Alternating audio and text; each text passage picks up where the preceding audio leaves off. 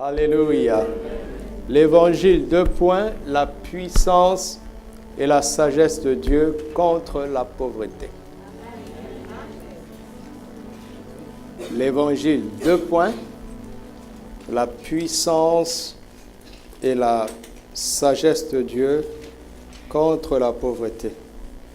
Dis à 2 personnes, la pauvreté n'est pas une bonne chose. Dieu n'aime pas la pauvreté.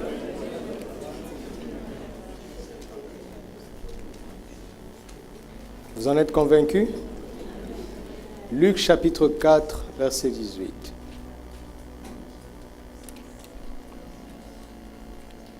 L'Esprit du Seigneur est sur moi, parce qu'il m'a oint pour annoncer une bonne nouvelle aux pauvres. Il m'a envoyé pour guérir ceux qui ont le cœur brisé, pour proclamer aux captifs la délivrance et aux aveugles le recouvrement de la vue, pour renvoyer libres les opprimés, pour publier une année de grâce. Ensuite, il roula le livre, le remit au serviteur et s'assit.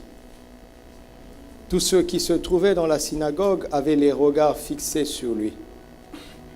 Alors il commença à leur dire, « Aujourd'hui, cette parole de l'Écriture que vous venez d'entendre est accomplie. » Alléluia. Cette parole de l'Écriture que vous venez d'entendre est accomplie. Mais le Saint-Esprit, dans ce passage, nous dit que Jésus commença à leur dire ça. Vous avez remarqué? En fait, aujourd'hui, cette parole de l'Écriture est accomplie. Ça suffit. N'est-ce pas? C'est quelque chose qu'on doit dire.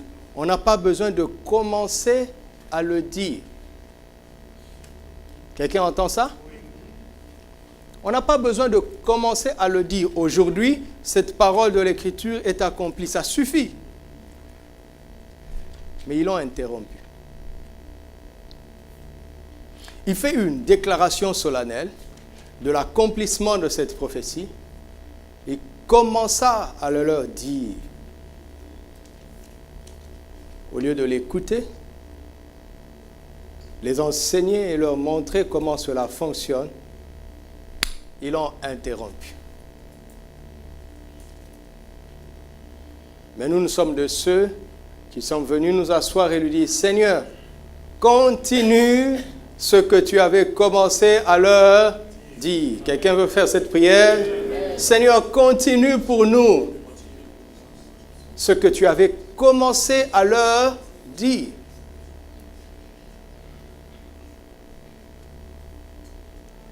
Alléluia. Genèse 12, verset 3. Quand Dieu appelle Abraham, il lui dit, en fin de compte, toutes les familles de la terre seront bénies en toi. Toutes les familles de la terre seront bénies en toi.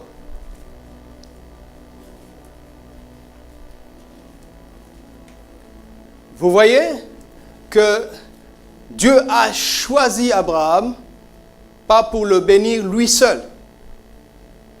En ayant trouvé Abraham, il avait un projet de bénédiction de toute l'humanité. Alléluia. En Abraham, Dieu avait prévu de bénir toute l'humanité. Il avait commencé un projet pour la bénédiction de toute l'humanité. Exode chapitre 3, versets 15 à 17. Quelque chose s'est passé entre-temps et la descendance d'Abraham s'est retrouvée dans une situation d'esclavage dans un pays étranger. Et Dieu a trouvé un autre instrument, Moïse. Dieu dit encore à Moïse, « Tu parleras ainsi aux enfants d'Israël. L'Éternel, le Dieu de vos pères, le Dieu d'Abraham, le Dieu d'Isaac et le Dieu de Jacob m'envoie vers vous.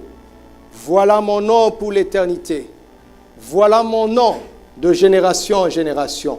Va, rassemble les anciens d'Israël et dis-leur, l'Éternel, le Dieu de vos pères, m'est apparu, le Dieu d'Abraham, d'Isaac et de Jacob. Il a dit, je vous ai vu et j'ai vu ce qu'on vous fait en Égypte. Et j'ai dit, je vous ferai monter de l'Égypte où vous souffrez, dans le pays des Cananéens, dans un pays où coule le lait et le miel. Je vous ai vu et j'ai vu ce qu'on vous fait en Égypte.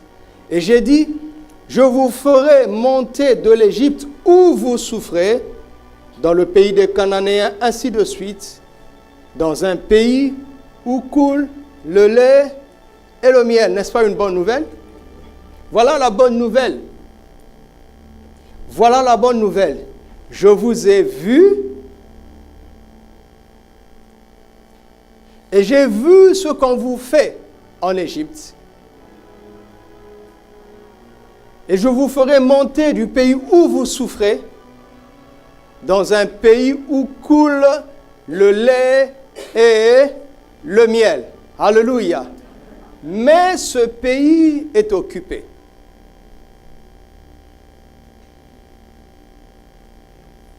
Tu as le choix entre croire en ma parole ou croire en ce que tes yeux voient. Tu as le choix entre marcher par la foi ou marcher par la vue. Quel choix tu fais? Et qu'est-ce qui s'est passé après? Ne sont-ils pas sortis? Ils sont sortis. Dieu n'est pas un homme pour mentir. Alléluia.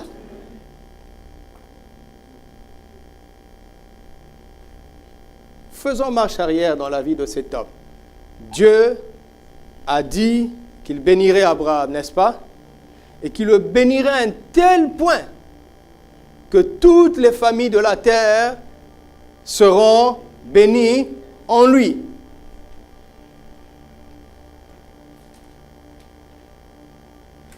Est-ce qu'Abraham l'a expérimenté? Commençons au chapitre 13. Genèse chapitre 13. Est-ce que ce Dieu qui peut bénir par toi toutes les familles de la terre, Abraham, s'il peut par toi bénir toutes les familles de la terre, est-ce trop de choses pour lui que de te bénir toi-même?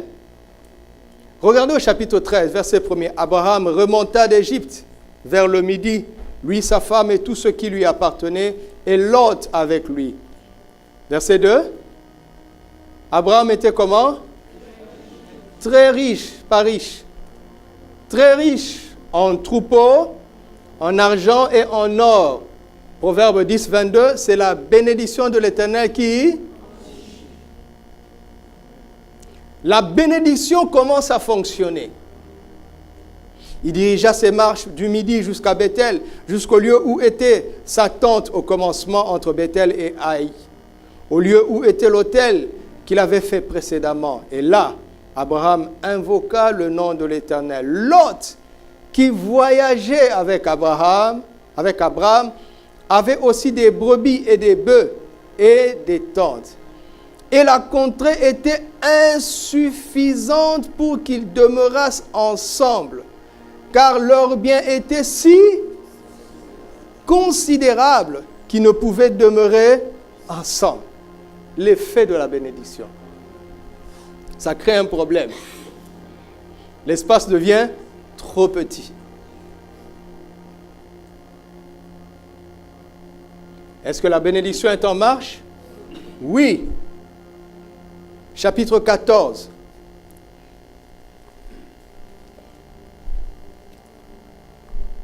Verset 19. Il bénit Abraham et dit, « Béni soit Abraham par le Dieu très haut, maître du ciel et de la terre. Béni soit le Dieu très haut qui a livré tes ennemis entre tes mains. Et Abraham lui donna la dîme de tout. Le roi de Sodome dit à Abraham, donne-moi les personnes et prends pour toi les richesses. Abraham répondit au roi de Sodome, je lève la main vers l'Éternel, le Dieu très haut, maître du ciel et de la terre.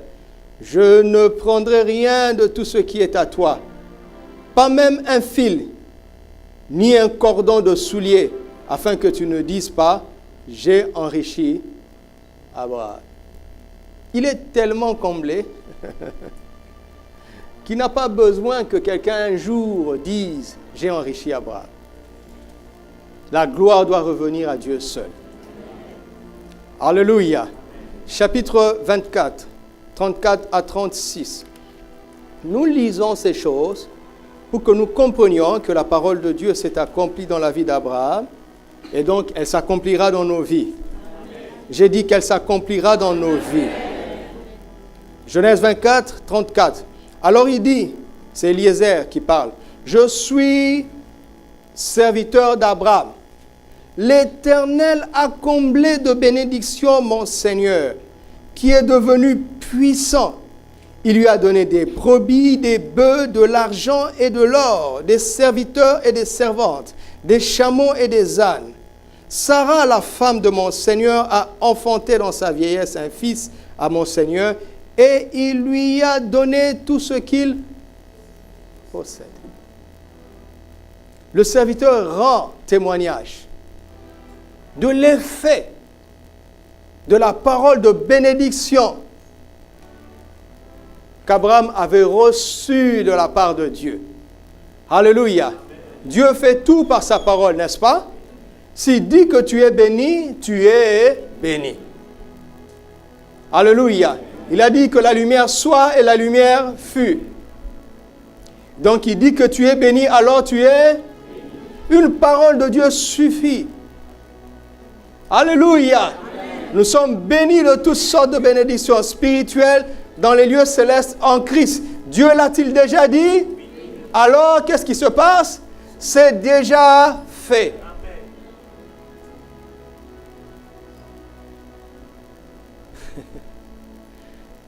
Dieu n'a pas eu besoin de bricoler les éléments. Il a envoyé sa parole. Et Abraham a reçu la parole et avec le temps, il a vu l'effet de la parole de Dieu qu'il avait reçue et à laquelle il avait cru. Dieu ne fera pas autrement, il ne procédera pas autrement aujourd'hui.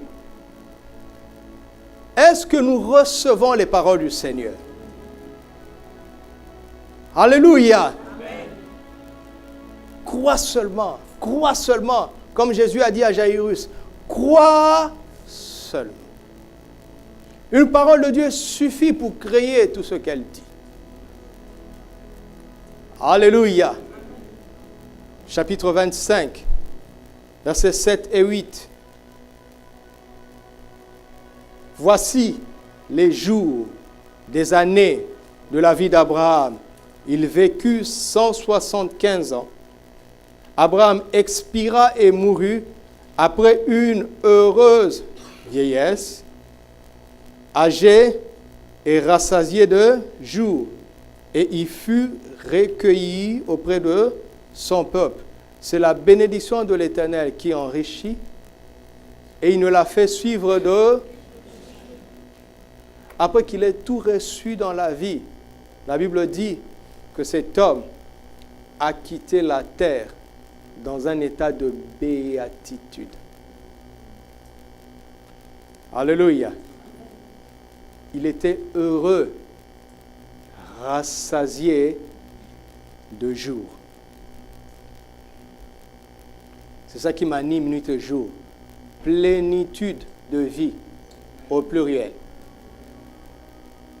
J'aimerais, avant de quitter cette terre, expérimenter les plénitudes de sa vie. Voir toutes les coupes des domaines de ma vie remplies jusqu'à déborder.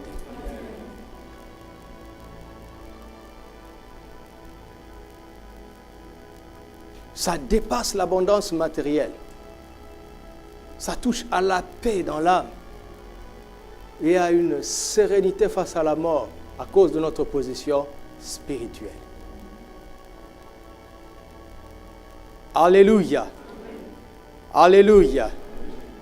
Galates chapitre 3, verset 8. Nous avons lu l'histoire d'Abraham. Maintenant, nous allons lire notre propre histoire. Le voulez-vous?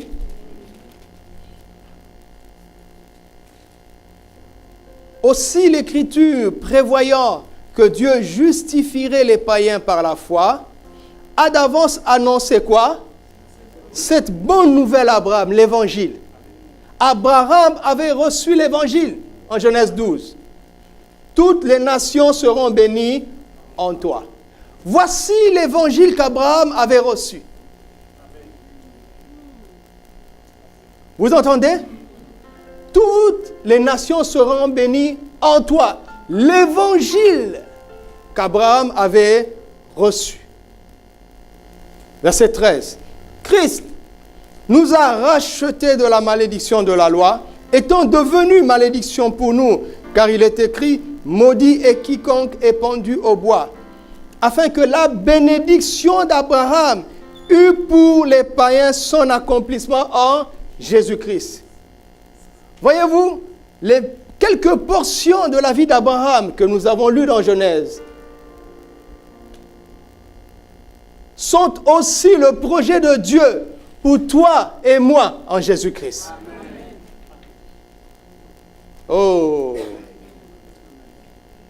C'est ça l'évangile, c'est ça l'évangile. Ne passez pas à côté de ça. C'est ça l'évangile. Dieu a prévu qu'en Christ, nous ayons l'expérience d'Abraham.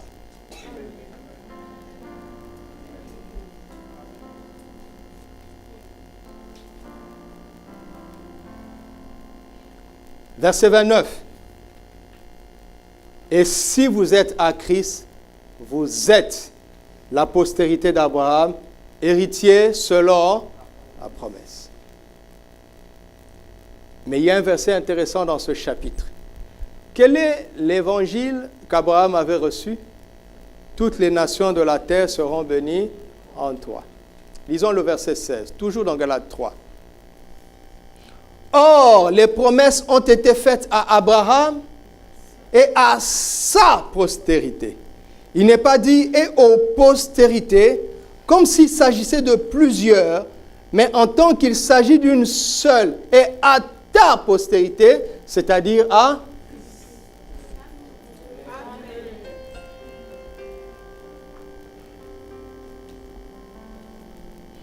Christ est la postérité d'Abraham, à travers laquelle toutes les nations reçoivent la bénédiction de Dieu. Quelqu'un est-il en Christ aujourd'hui? Regarde ton voisin s'il est en Christ. Demande-lui s'il est en Christ. Alors dis-lui, tu as déjà réussi ta vie. C'est ça l'évangile. Tu as une mention très bien. Excellent. Comment? Parce que tu crois en Jésus-Christ. Alléluia. Bon, une fois que nous avons lu tout ça, qu'est-ce qu'il nous reste à faire? Une fois que nous avons cru, qu'est-ce qu'il nous reste à faire? Vous savez, ce jour-là, quand Jésus s'est levé et qu'il a proclamé qu'il est oint pour annoncer la bonne nouvelle aux pauvres, il a commencé à leur dire que ça s'est accompli. Ils l'ont interrompu. Jésus reprend son message pour nous aujourd'hui. Est-ce que tu crois en ça? Maintenant, j'ai cru. Qu'est-ce qu'il me reste à faire?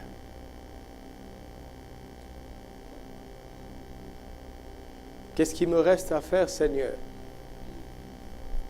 3 Jean. Nous lisons à partir du premier verset. L'ancien, dites avec moi l'ancien. À Gaius, le bien-aimé, dites avec moi le bien-aimé. L'ancien Jean écrit à son bien-aimé Gaius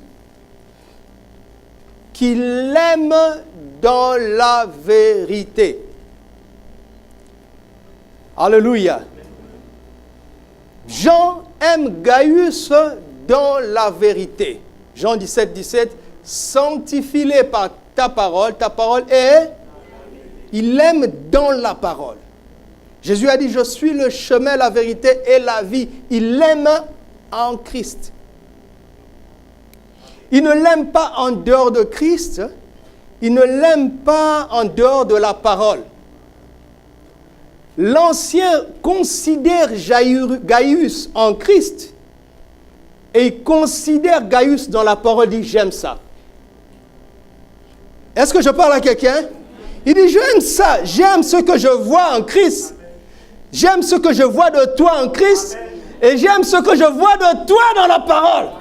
Quand je te considère en Christ, quand je te considère dans la parole, je dis, aïe, j'aime ça. J'aime ça. J'aime ce que je vois de toi en Christ. J'aime ce que je vois de toi dans la parole.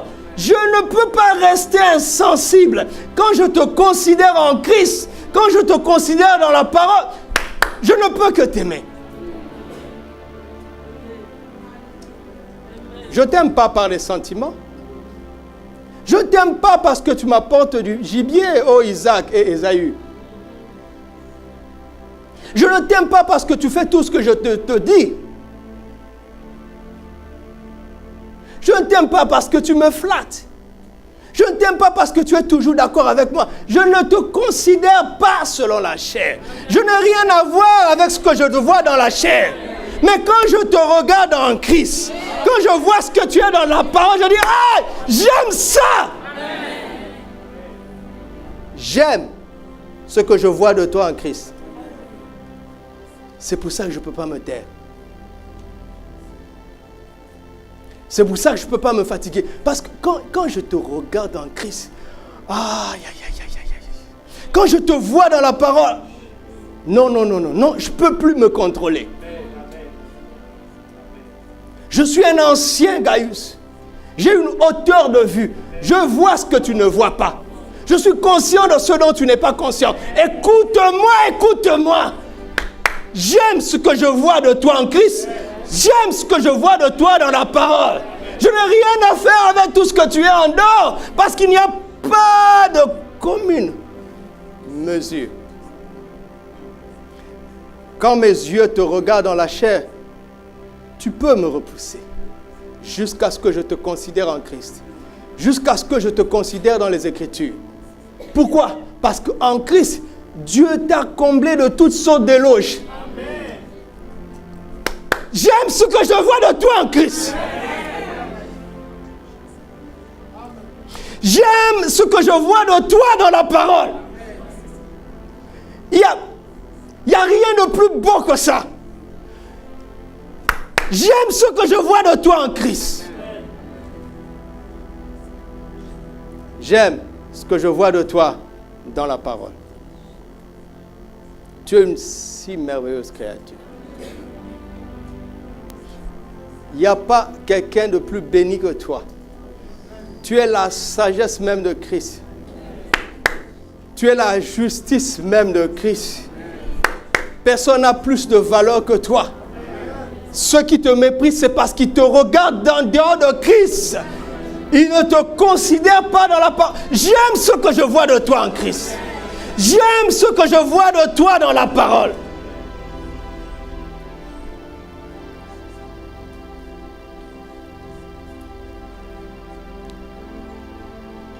Mon amour pour toi n'est pas émotionnel, il n'est pas intéressé, il n'est pas charnel. Je t'aime dans la vérité. Christ est la vérité. Je t'aime en Christ. Ces paroles sont la vérité. Je t'aime dans la parole. Mais je vois que tu ne réalises pas. Ou bien que tu ne réalises pas suffisamment ce que tu es. Car c'est la vérité. Vous m'entendez? C'est déjà fait. C'est réel. Vous recevez ça? Alors, il faut un ancien qui t'emmène à l'expérience de ce que tu es déjà en Christ. Il faut un ancien. Il faut un esprit juste, plus parfait que toi. Seul, tu n'y arriveras pas. Il faut quelqu'un qui voit loin et qui t'attire là-bas, qui te montre comment faire, qui t'enseigne, qui te donne de la compétence, qui augmente ta foi, qui t'aide à faire de moins en moins d'erreurs, qui t'encourage quand tu es découragé, qui te relève quand tu es abattu, qui te ramène à Christ quand tu commences à regarder ailleurs. Il faut un ancien.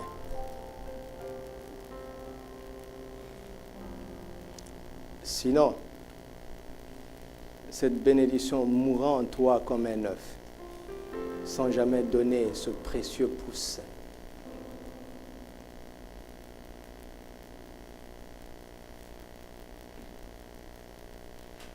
Il faut quelqu'un qui sache te couver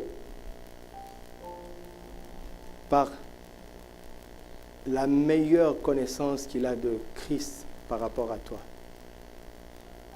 jusqu'à ce que tu écloses, que tu grandisses et que tu couvres aussi à ton tour quelqu'un d'autre. Il faut quelqu'un qui te montre à regarder plus à ce que tu es en Christ et à ce que ces paroles disent de toi que le reste. Car croyez-moi, dans cette vie, le diable te poussera à te regarder en dehors de Christ et il enverra toutes les paroles sauf celles que Christ dit de toi. Et toutes les autres paroles ne sont point la vérité.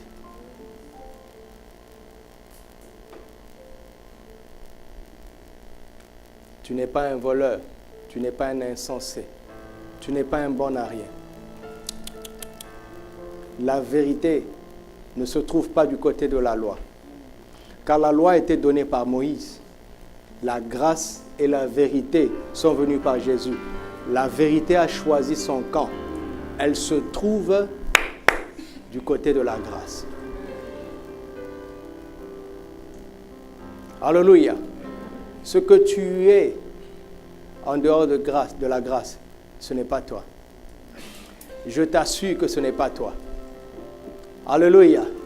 Ce n'est pas toi. Le vrai toi, c'est cette personne qui t'attend en Christ. C'est ça ta réelle nature. Alléluia. Il faut quelqu'un qui voit ça et qui croit en cela. Et qui t'entraîne dans cette vie.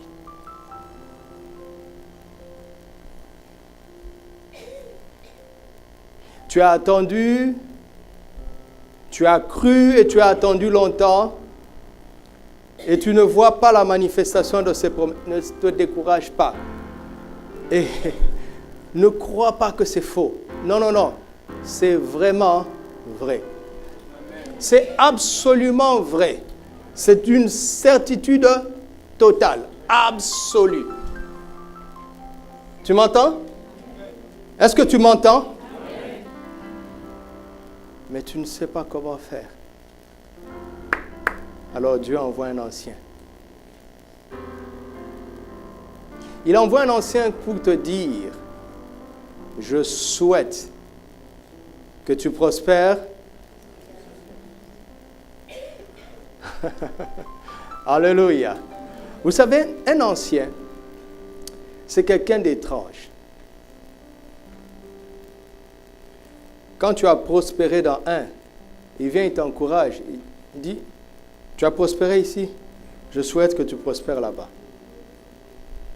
Quand tu as prospéré ici et là-bas, l'ancien vient et dit, très bien, tu as prospéré ici, tu as prospéré là-bas, je souhaite que tu prospères là-bas. À tous égards.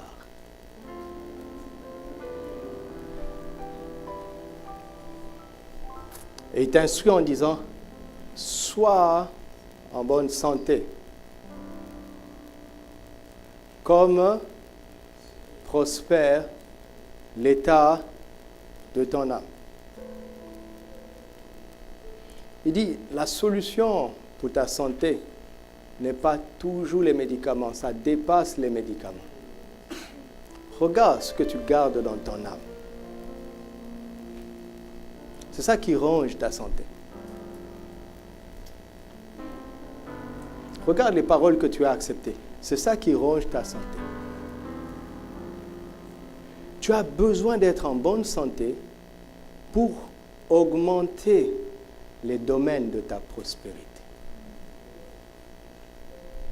Tu as besoin d'être en forme physiquement pour augmenter les domaines où tu es prospère. Vous avez vu comment Abraham est mort?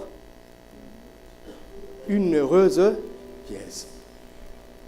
Il a atteint un niveau où dans son âme, il n'y avait plus de tristesse. Il n'y avait plus de chagrin. Rassasié de jour.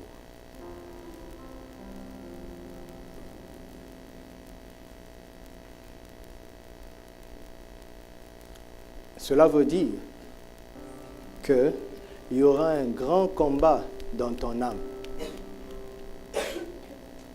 Parce que la victoire spirituelle est déjà remportée. OK? Elle est déjà acquise. Le diable n'y peut rien là-bas. Alors il viendra sur un terrain où Christ te rend responsable. Vous me suivez? C'est là-bas qu'il viendra. C'est là-bas qu'il viendra. Verset 4. Verset 3. J'ai été fort réjoui lorsque des frères sont arrivés et ont rendu témoignage de la vérité qui est en toi. Alléluia. Tu es dans la vérité, maintenant fais la vérité, fais entrer la vérité en toi. C'est ça le travail de ton âme. De la manière dont tu marches dans la vérité, après avoir fait entrer la vérité en toi, marche dans la vérité. Alléluia. Être dans la vérité, faire entrer la vérité en soi, marcher dans la vérité. Quand David a commis un péché, lui qui était l'homme selon le cœur de Dieu, dans le psaume 51, il découvre, il dit, ma mère m'a conçu dans le péché. Elle m'a conçu dans l'iniquité, mais tu veux que la vérité soit au fond de moi. Fais donc pénétrer ta parole au plus profond de moi.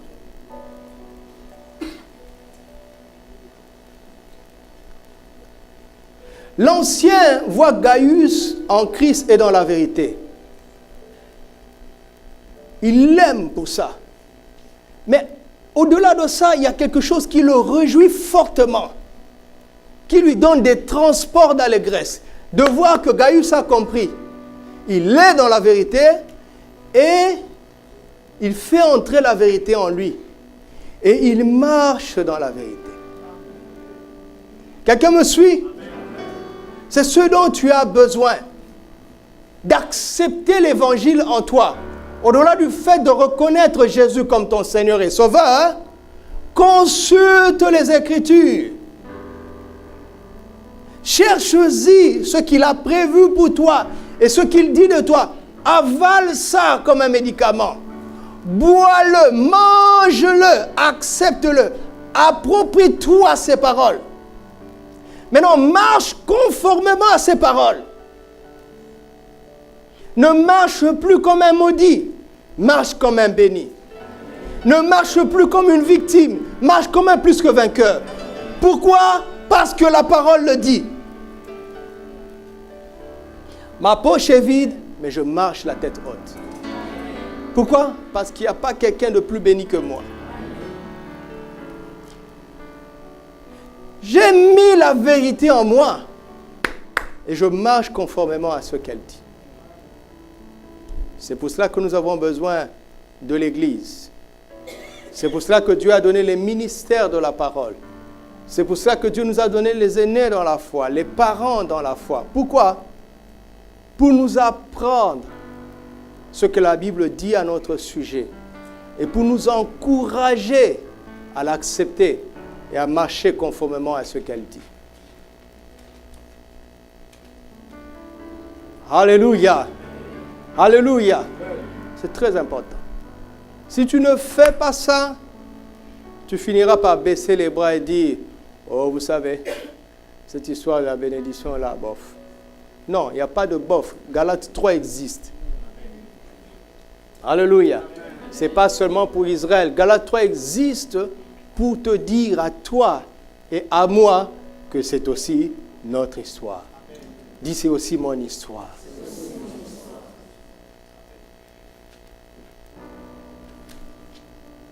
Il faut un ancien pour encourager Gaius. Il faut un ancien pour montrer à Gaius comment avancer dans la foi jusqu'à ce que ces choses se manifestent. Verset 5. Verset 4. Je n'ai pas de plus grande joie que d'apprendre que mes enfants me donnent de l'argent. Hein? Je n'ai pas de plus grande joie que d'apprendre que mes enfants me donnent de l'argent. D'apprendre quoi? Marche dans la vérité.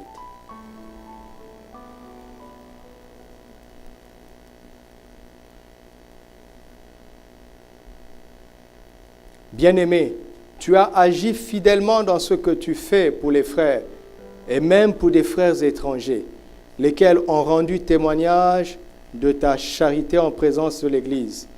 Tu feras bien de pourvoir à leur voyage d'une manière digne de Dieu, car c'est pour le nom de Jésus-Christ qu'ils sont partis sans rien recevoir de païens. Nous devons accueillir de telles personnes, de tels hommes, afin d'être ouvriers avec eux pour la vérité.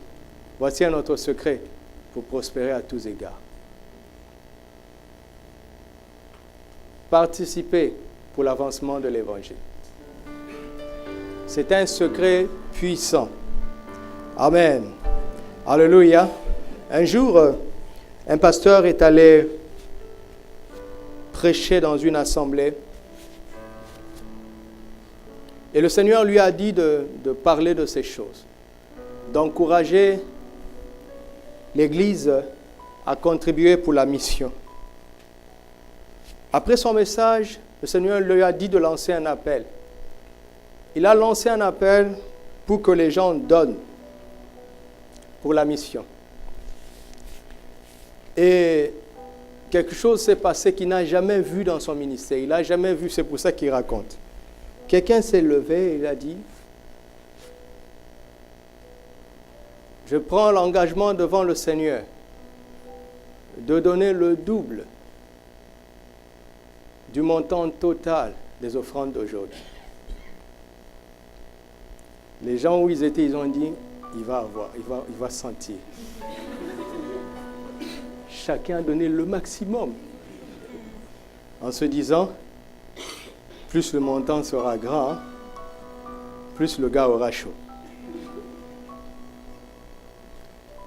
Et lui, c'est lui qui raconte, il dit, quand le monsieur a dit ça, il a eu peur, il a dit, mais il aurait dû me demander. J'allais le conseiller de ne pas faire ça. Mais la parole était déjà partie. Vous savez quoi?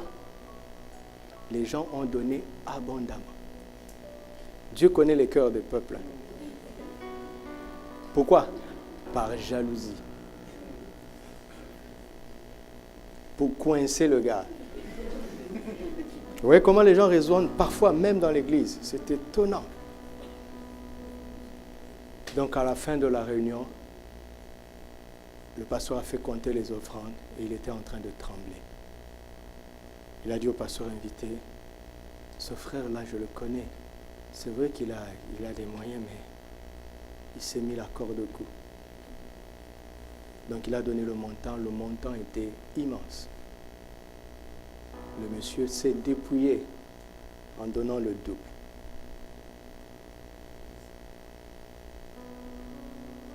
Des mois plus tard, le pasteur qui avait prêché ça, ce n'est pas son affaire. Lui, il a prêché, il est parti. Devinez ce qui s'est passé. Quelques mois plus tard, ce prédicateur-là était dans l'avion, en première classe. Devinez qui était son voisin. Le monsieur là. Il dit, oh, toi ici. Le monsieur a commencé à lui raconter durant le vol. Il dit, depuis ce jour-là, voici les catastrophes de bénédictions qui se sont abattues sur moi.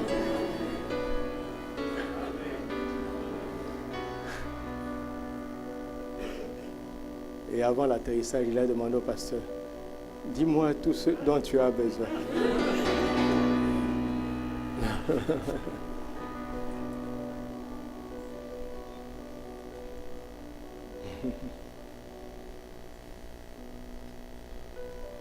Ah, Jésus. Regardez, chacun d'entre nous a besoin de quelqu'un qui le considère en Christ, qui le considère dans la parole. Et quelqu'un qui l'entraîne dans les paroles de la vérité pour qu'il les accepte et qui l'aide, qui l'encourage à marcher conformément à ses paroles. Et après, il a besoin de quelqu'un qui lui montre la bonne terre où il faut semer.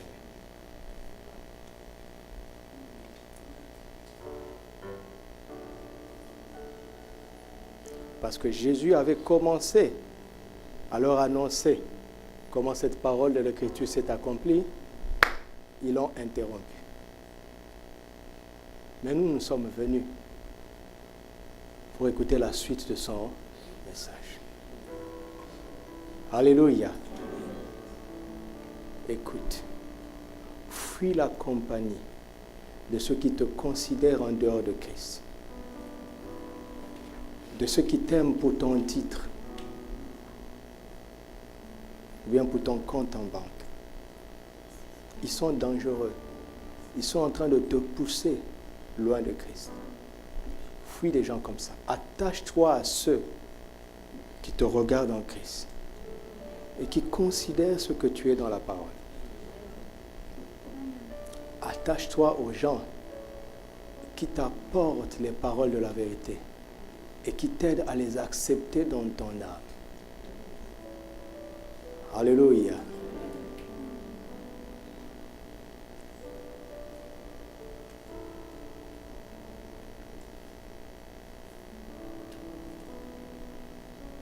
Est-ce que la sœur Ashta est venue aujourd'hui? Hein? Ils sont rentrés. Notre bien-aimée sœur Ashta a perdu sa maman, que nous avons vue le jour du mariage. Quand son mari m'a appelé pour me donner la nouvelle, j'étais tellement touché. Qu'est-ce qu'on va lui dire? C'est dur.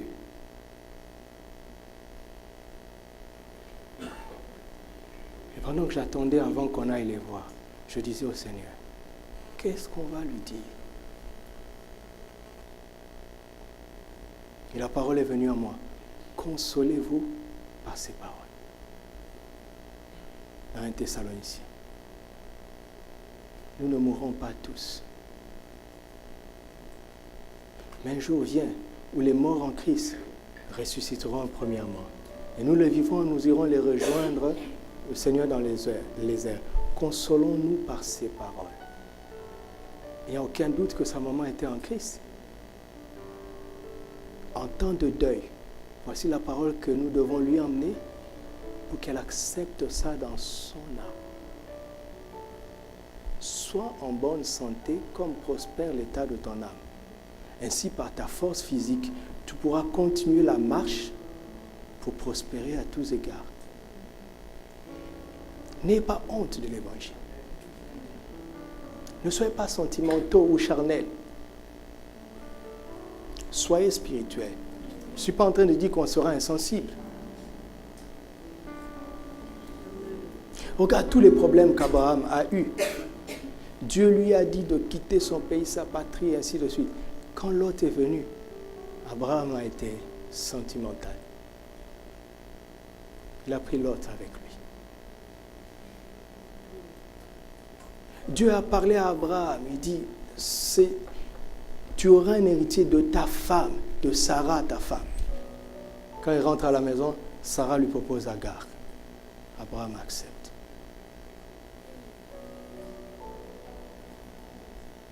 Voici un homme dont la vie est relatée dans les Écritures.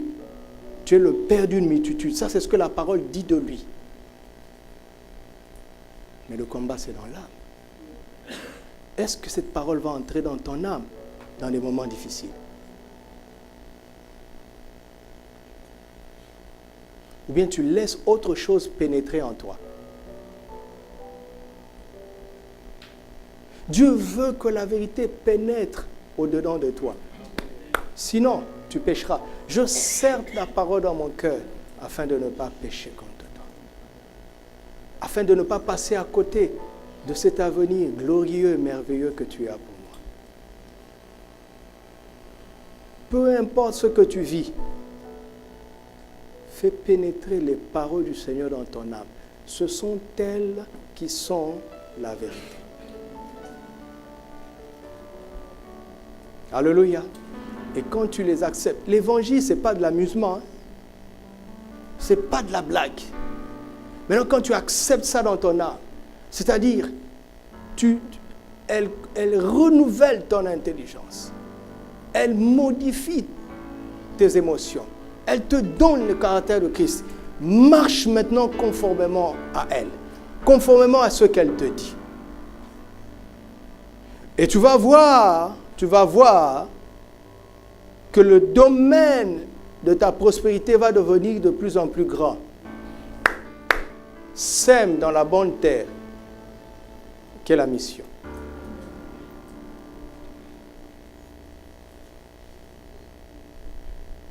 Si tu fais ça, tu vas voir comment Dieu va s'occuper de toi. Alléluia. Voilà, l'Ancien nous a conseillé. Il nous a conseillé.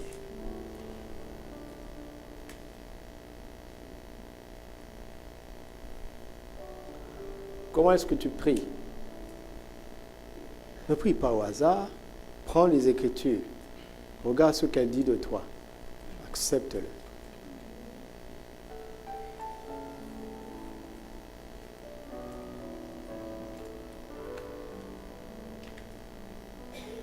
Que la parole de Christ habite en vous abondamment.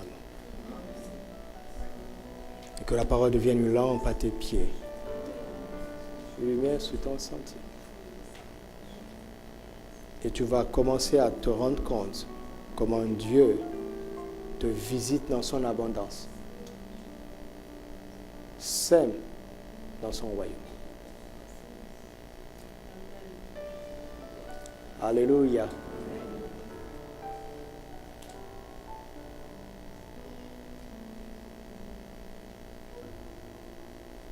Sème dans son royaume.